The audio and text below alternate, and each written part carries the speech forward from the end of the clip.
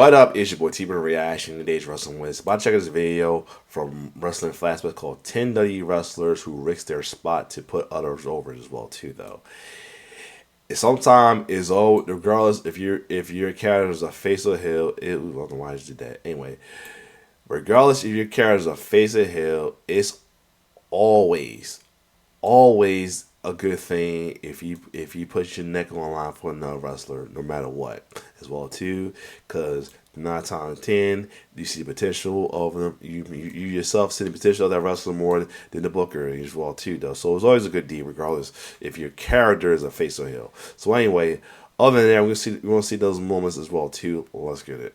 I mean, there's even people who will risk taking on losses to get forward money as well too. Like I said, that's kind of why Chelsea is halfway. Chelsea Green is respecting. You know, she's a heel at the moment. Hopefully she'll be a face soon. But other than that, let's get it. There's plenty of stories where wrestlers refuse to put over one of their peers, but for this video, we're focusing on the opposite. Moments where... Yeah, red time you hear about the opposite. You always hear about the ones who refuse. One of them being Hogan. Part why he got a lot of backlash on his wrestling career, amongst other things, as well too, before his time passed, and that's why some folks felt it different about how to feel about his passing as well too. But yeah, this is one of them. But this is definitely gonna be the time we'll see the opposite. But talent helped others by lobbying to put them over in a match or segment. I was driving down the road, my phone rings, and it's Hulk Hogan. He goes, "Hey, brother, I got an idea." "Sure, what do you got?" He goes, "I want you to book me and Goldberg at the Georgia Dome. Main event. I'm going to put him over." Oh, rare. Oh! For example, main eventers. Oh, wow. We got the real moment there. Yup. Taker, in essence, gave me a career by that one night, by that one act of kindness. We'll even showcase mid-carders who chose to do the right thing despite potential consequences. And I said, "Don't tell anybody. I'll take all the heat." It's Eric Bischoff, and he looks at me and goes, "Didn't I tell you to go over?" And I'm going, "You tell me you didn't like my segment?" He's going, no, but weren't you supposed to win? Today, we highlight WWE wrestlers who selflessly put over another. The main event at WrestleMania 24, and I think his streak at that point was like 15-0. And it was kind of thrown by me like, "What do you think?" And I was like, "Absolutely not. Absolutely not." Like, why would we do that? Before we begin, let's they wanted him to break streak. Yeah, good on Edge on that. One honorable mention. In the 2000s, it seemed like WrestleMania got longer and longer with each passing year. But by 2009, matches and skits originally planned for the main card would either get bumped to the pre-show, become a dark match, or get scrapped entirely. During WrestleMania 28, WWE realized they had no time for Brodus Clay's planned segment, so attempted to scrap it right before he was due to go out. This was so The Rock and John Cena's main event could have as much time as possible. Realizing what was about to happen, Cena went to the bathroom and stayed there long enough to ensure Brodus got his WrestleMania moment. He was like, "I think we're gonna have to cut it." And then all of a sudden, Cena was getting ready. He's right behind me. He's standing in the thing. He looks at me and goes, "I gotta go to the bathroom." And he's like, "I gotta go to the bathroom. I don't know. Usually I go to the bathroom. I don't know what, 8 minutes, 6 minutes." I was like, 6. I can get in 6. And he's like, "All right." And he just walked out of the Gorilla. And they were like, so now I had to go. It was a nice gesture from John. There was no... Well, that's good too, because I heard, if you remember on Total Divas, Naomi and Cameron was supposed to have a match on WrestleMania, and then getting cut as well too, and it was very heartbroken about that. So I don't know if it was before or after that. Either way, it was a cool gesture on Cena right there.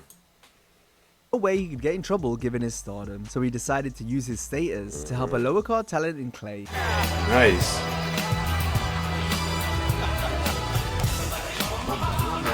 Another time Cena selflessly gave back was during his early days. On the February 8, 2003 edition of Velocity, John was booked to defeat up-and-coming independent wrestler Bryan Danielson in a short squash match. However, Cena was very giving here, as he let Bryan do far more than a usual enhancement worker would. In his book, that's why it's so tight. Okay. Danielson described what took place. "What he should have done was eat me alive in our match, but he didn't. We had a good 50-50 match that actually helped my independent career, as opposed to the squash matches that would typically hurt your career. When John got to the back, he got an earful. A championship contender should never give an extra that much offense, they told him. But he did anyway." This is why one, he's the GOAT, and 2, he's respected despite how some fans feel about him as well too.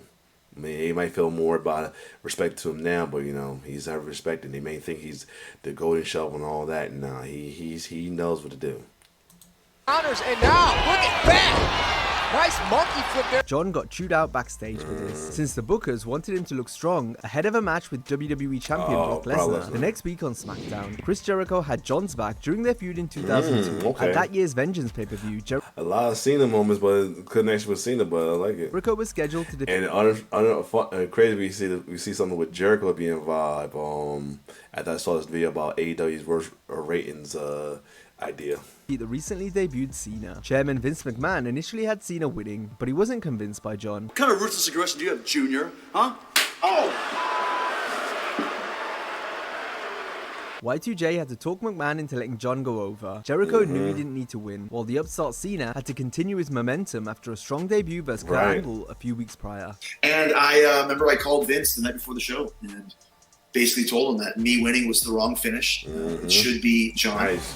Vince didn't see anything in him. I'm telling you. So this guy's got something. And Vince's like, fine, put him over if you want. Nice. And that was kind of the beginning of John. I get it. He wants to make the Cena counter! Cena counter! He did it! He did it! Countered! The walls of Jericho! A similar thing happened to Jericho in WCW. At a time when it was rare to see the main eventers mix it up with the mid-carders. Never mind defeat them, which happened when Chris pinned Scott Hall on the December 15th, 1997 edition of Nitro. Scott had been penciled in to win, but Hall felt Jericho beating him would make for better TV, since no one was expecting it. The higher-ups weren't going to book this, so Scott decided he and Chris would go against orders and change the ending without anyone knowing. Hall and Jericho practiced a small package pin in the locker room, and then went with this as the finish. Yeah, but I'd like to see he kicked the corner! How about look at the kid? Got him! 1, 2, he got it! Yup, the crowd going crazy! Don't tell anybody. I'll take all the heat. So when I came back through the R.I.P. Scott Hall. Arn Anderson's there at the grill just shaking his head going, "You're too much." So now I'm walking back towards the locker room and I pass Eric Bischoff and he looks at me and goes, "Didn't I tell you to go over?" And I'm going, "You tell me you didn't like my segment?" He's going, "No, but weren't you supposed to win?" Yeah. And I said, "Does it really matter?" And he just like throws his hands up and you're like, ah. Around 2 years later, Jericho was in a feud where he went up against Perry Saturn at Sold Out 99. The stipulation stated that the loser must wear a dress. When watching the storyline play out on screen, it was clear Saturn should be the one to rock the dress. But because Chris wasn't re-signing, he believes the company wanted to embarrass him on the way out before taking him off TV. Because you could be there for 2 more pay-per-views. Eric just wanted to sit you at home and not use you. Which is exactly what he did after a while. Yeah. And that makes no sense. Come time for the pay-per-view, Perry lobbied to lose because he thought it'd be fun to wear the dress, while also continuing the feud with Jericho. During the show, WCW president Eric Bischoff was off on vacation, so Kevin Nash helped decide the finish. Nash sided with Saturn and Jericho, so Perry ultimately lost on the night. This went against Bischoff's original plan to beat Chris. Saturn rolls him up! What was that? Wow. The next day was Nitro, and I waited for Eric to come up to me and say something about me in the dress. And Eric came up to me and he goes, "Oh, looks like you had a bad weekend, huh?" That was it. That was all that was said to me. But that just kind of shows you how the company just would go down. Because probably when he showed up, he probably was like, "Perry wants to wear a dress. Well, fine, let him wear a dress then." Not even having any issues with the fact that we completely changed the entire thing. Diamond Dallas Page versus the Macho Man Randy Savage was one of the best feuds of 1997. Each match delivered in a big way after entertaining builds on television. Well, Macho Man. Their first match was. I told you that time I didn't watch WC Floyd, but I got the backstory about WCW. Rewatched some things, and I want him to spot this part as part of it because the whole thing with him, he was side with Sting during the WA and the WO thing before he went to join the WO. Kind of led to it. I could be wrong, but this was a good feud, though. I heard. Most important one for DDP. It was a star-making moment as Macho Man took the diamond cutter and lost clean in the middle at Spring Stampede 97. Given that it was the first match in a series, Savage could have easily got the win. But I talk about DDP being the best never too late story of wrestling ever. But Randy knew what it would do for Page if he did the honors, and thus suggested taking the L. Arn walked in and no one told Randy what the finish was. It's, "Randy, what would you like the finish to be tonight?" "I think I want to take the diamond cutter tonight." I'm just looking at Arn and he's looking at me and he's going like, "Well, Diamond, I hope you realize it's an important thing for your career." I'm like, "Yep, I do." It is on! Bam! He got it! He got it! Dallas is forever grateful to Usually when Nick Patrick was pissed, I think he was like still in WO's personal ref. Macho laying down for him. It did wonders for DDP's career as Savage gave back in such a thoughtful way. The 2002 Royal Rumble. Oh, here we go. On pay-per-view after winning Tough Enough. Now that he was a main roster performer, it was important for Maven to stand out and make a name for himself on such a big stage. The Undertaker realized this and suggested Maven eliminate him from the Rumble match to create a shocking OMG moment. The idea for the dropkick, the idea for the elimination was Taker's. He's the one that knew there was absolutely nothing that he was going to lose. Shout to Maven doing his thing as a lady on this social media with his videos, his stories and all that, as well as his input on wrestling as well too. Yo, shout him out, man. I know they could have did a lot better with him as well too with his booking. I mean, maybe he wasn't as great as they wanted him to be, come out tough enough, but the good sport he is and how he, his stories he got, it's shout out to him as well too, man. You know what I mean? He doesn't seem like he has like ill will. Or I know he had videos like I think he has one of the videos where he tell who was cool, who was a dick in wrestling. I mean that's a lot. That's something that's a regular anyway. But shout out to that man for real. He wasn't going to look bad. He wasn't going to look stupid. It wasn't going to do anything negative for his career. But he knew that he could help build me, and he could help build Tough Enough as a whole. Shane says, "Yeah, Taker's going to clean house. Yeah, you're going to hit him with that drop kick in the back. There we go, yo. Eliminate him." And you, deadpan, looked down at me, and you looked at me, you went, "What the f?" But then you let me in on. You kind of winked at me, and then I was like, "Oh, thank God." It was an incredible selfless act from Taker to allow the rookie to throw him out. The Phenom knew how monumental and career-defining it could be for Maven, and he proved to be correct as everything surrounding the elimination was done masterfully. From the facial expressions to the camera work to the aftermath. Yup. That jump around, love it. That single moment gave me a career. And I think it gave legitimacy to the guys backstage that if Taker's doing that for me, maybe there was something that I had to offer. I don't think I have near the career I had if Taker doesn't do that. I might have got lost in the shuffle. I might have not even ever came out. I might have stayed in developmental forever. Who knows? Taker did. Taker in essence gave me a career by that one night, by that one act of kindness. Good run. Following the Rumble, hardcore champion Undertaker put Maven over via pinfall in a match for the title. What's he doing here? Oh, there's The Rock, yo. Yo.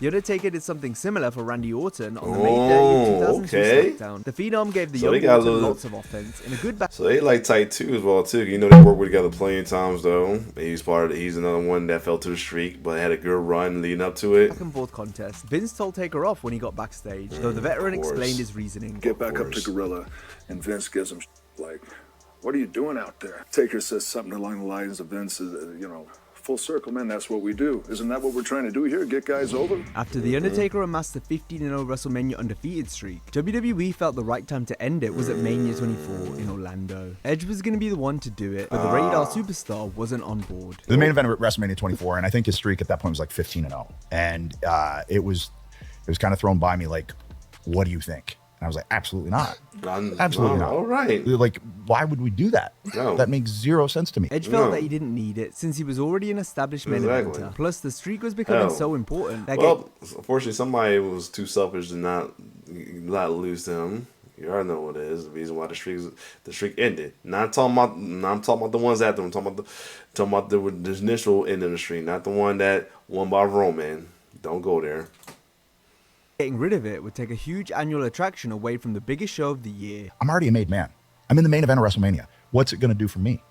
Sure, it would do something, I guess, but like, let's save that. Generate his heat a little more, but obviously generate the heat a little more, I guess, but it probably wouldn't be the heat that you wanted. It would not be the heat you wanted. He knew. What I mean. He said, yes, I'm a heel, and he is what he'll draw. But at the same time, I want to draw legit heat, legit heel heat, not go away heat, not heat that's gonna piss fans off to want me to go away and not even embrace me. You know what I mean? I still want not saying you say that. I still want the folks who love heels love me, in my term, or my personal term, the Hill Fiends love me as well as the fans. The fans hate me because they think they have to. You know, that's probably that's why it went pretty much. Not saying he's saying those exact words. Of course, the Hill Fiend. That's my own turn. But anyway, let's keep going. But when it was brought to my attention, or at least thrown by me as an option, I just thought no, because it was just as important as the World Championships at WrestleMania. So why take away one of our marquee attractions? Even though the world title was also on the line in this match, the law of the streak trumped any championship. Therefore, Edge outright refused to go over on Taker at WrestleMania 24. And Taker, I mean, he was wide open. Like, I think he was open to it, but I just didn't think it was right. He's a foot away from the rope.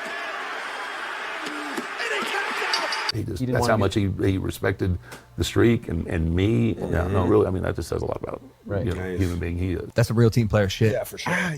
Again, I was already made. If I'm the main event of WrestleMania, I don't need the streak.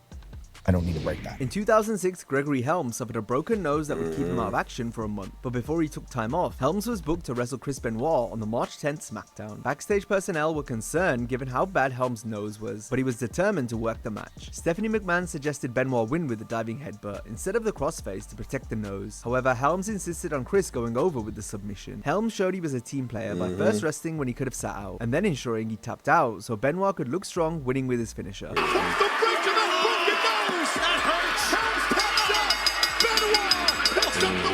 The year before, Chris had pinned Triple H on the November 18, 2005 SmackDown in a match where the game was happy to lose, since the show was a tribute to Benoit's best friend, Eddie Guerrero, who had just passed away. Triple H trying to make it. Look at this. He rolled him down. He's got it. Chris Benoit picks up the win. That same night, Eddie's nephew Chavo defeated JBL in what otherwise would have been a shock upset. However, Bradshaw not only requested to work Chavo, but insisted Guerrero was victorious to show respect to Eddie, who JBL was also good friends with. And John was there, and John wanted to wrestle and wanted to wrestle me. And I was like, okay, I'm going to put you over in the ring. And he's like, no, you're not. I'm putting you over. Shout out to Jared Briscoe. I wanted to wrestle Chavo and put Chavo over. You know, that's the only way. I wouldn't have done anything else.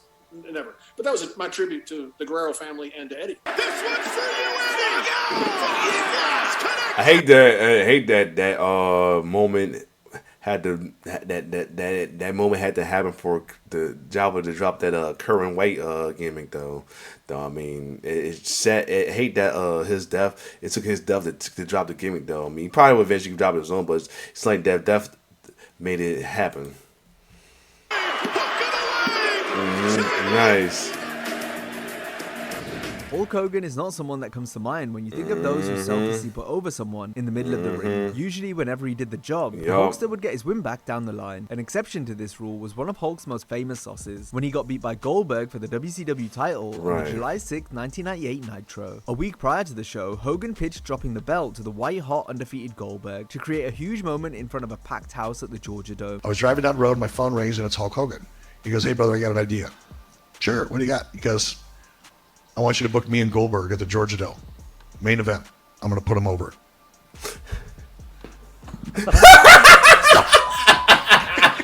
By a crash his car, like, hold up. Hell is supposed to be over. Some bigwigs involved with Turner, who oversaw WCW.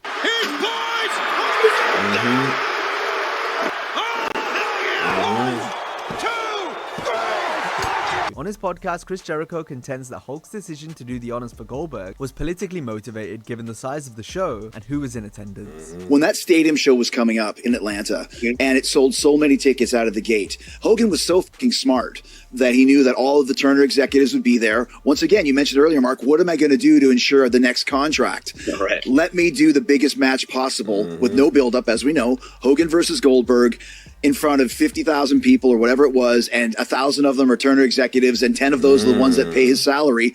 Wow. Hulk Hogan drew 55,000 people in the main event for Goldberg and loses the title. Wow. Throw more money at him. Now, if you enjoyed this video, be sure to check out our similar video on 10 wrestlers. Yep. But yeah, that was good. Yeah, that was cool to watch as well too, though. And the Hogan was surprising, but it definitely was still politics, but in a good way. It was like his politicking was for the good, though. I'll say that, though. But yeah, definitely, the Domination is good on Cena. Good on Cena most of this stuff. Good on Jericho with it. With good amount. So Scott Hall definitely, and Jericho and Saturn. Jericho and Saturn once again. Jericho and Saturn as well too. Yeah, go everybody with these stories though, man. It's cool. It's always cool to see that though. I mean, good to see that people are willing to do that with their life along with it. The girls they get chewed out or not though. Other than that, if you like Mariachi, like, share, subscribe my YouTube channel. It's your boy T-Bird signing off. One love.